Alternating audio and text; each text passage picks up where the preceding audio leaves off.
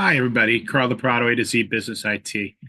We've talked about this a number of times, and it's actually something, if you do IT support, that affects a lot of businesses, and it's called scareware. And when I mean IT support, you're going to get calls all the time. I don't know if you've ever experienced it. What scareware is, you know, you get a pop-up on your window, or you know somebody who has, and what happens is it's very stressful because a lot of noise comes out. Um, and it's warning you that your computer's infected or may, and you can't shut the computer off. It's loud, it's very noisy, it's very upsetting, and you get a number that says you have a virus and you need to call this number. And it's designed to trick you into thinking that there's a problem with your computer. It's been very effective because it's creating fear and pressure for you to act quickly, and it leads in a lot of cases to financial loss, stolen personal information, and maybe even malware infections. The way it works is you get this pop-up, a phone number pops up saying your machine has been infected, call this number. And so you call it. And so, but the truth is once you call that number, there's nobody real on the other side. It is just what was I going to say? It's actually a scam company that's there. They pretend to be Microsoft or something like that. And they say, we need to remote into your computer. And if you do that, then we'll be able to fix it and do everything there. But all of it's designed so that they can get into your system. What they're looking for is your bank accounts. They're hoping to do that. And at the least, they're hoping to put some form of malware on here. And for the long time, it's one of those things that affects a lot of seniors, people who are older, because they grew up, they were introduced to the internet through AOL and Yahoo, and a lot of articles that are posted there, they click on the link, and it's not a real company or a real article. It's actually a link to one of these sites that creates this scareware technique. So you're clicking on a website, and all of a sudden this pop up comes in. So up until now, what we've normally had, hopefully, somebody someone like myself, we'll call up and we'll just say, shut the computer down. And they go, hold the power button until it shuts off, turn it back on, and then we'll just go into the browsing history and delete that link and tell them not to go back to that article. Usually that's it. But what would be even better is if they never got that stress and everything else that happened in that introduction. So what has Microsoft done? Um,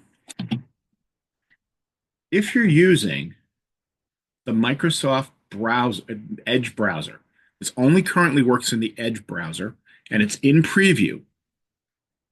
But if you turn it on, or you turn it on for somebody you might be taking care of who has access to the internet, and might be a little easier to rattle. We know what those are. We don't need to go any further than that. You know who you are, or is what you do is you open up the Edge browser, you click on these three dots, you go into settings. Once you're in settings, it'll take you to this page.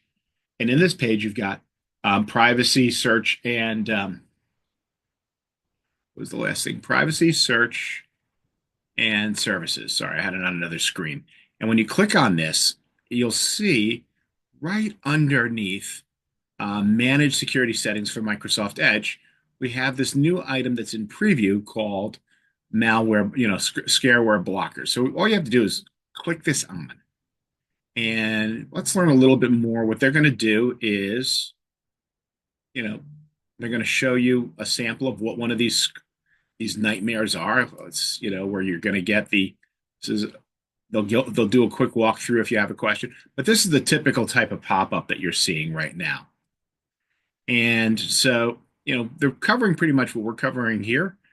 But what will happen is if the site is blocked, if they believe it is there, they don't want you to, they already know that they're not going to get 100% accurate on every scareware that's out there. They may get a false positive.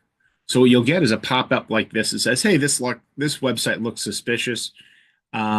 We suggest avoiding this page. We blocked it to keep you safe from scams. Would you like to continue? And they're going to show you a screenshot.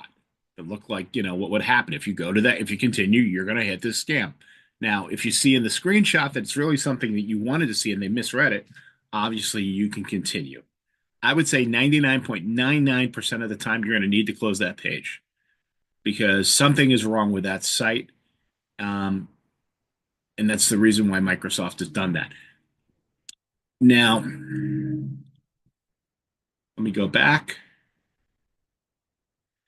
That said, it is in preview, which means that it's only going to get better at diagnosing that. But they're still going to give you the screenshot until they change something, like everything else.